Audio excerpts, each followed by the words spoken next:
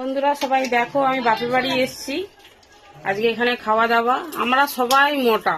এই যে আমার ভাইয়ের বউটাকে দেখো, গামলাটা দেখো। আমরা এক একজনের এক একটা গামলি চাই, নাহলে কিন্তু আমাদের খেয়ে পেট ভরে না। একটু দেখো, একটু ভালোভাবে বল। এই যে সবাই খাচ্ছে, এই একটা সুন্দরী। কি কি রান্না হয়েছে? রান্না অনেক কিছু হয়েছে, ডাল হয়েছে, আলু ভাজা, উচ্ছে ভাজা, চাটনি, পাঁপড় সব ওইদিকে আছে।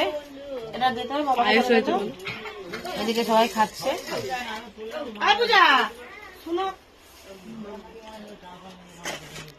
ঠিক আছে, আজকে দুপুরের জন্য বাই বাই। কে খাবে চলে আসো। সরস্বতীকা বাই বাই করো। পূজা খুব অল্প খায়, ওই জন্য খুব রোগা।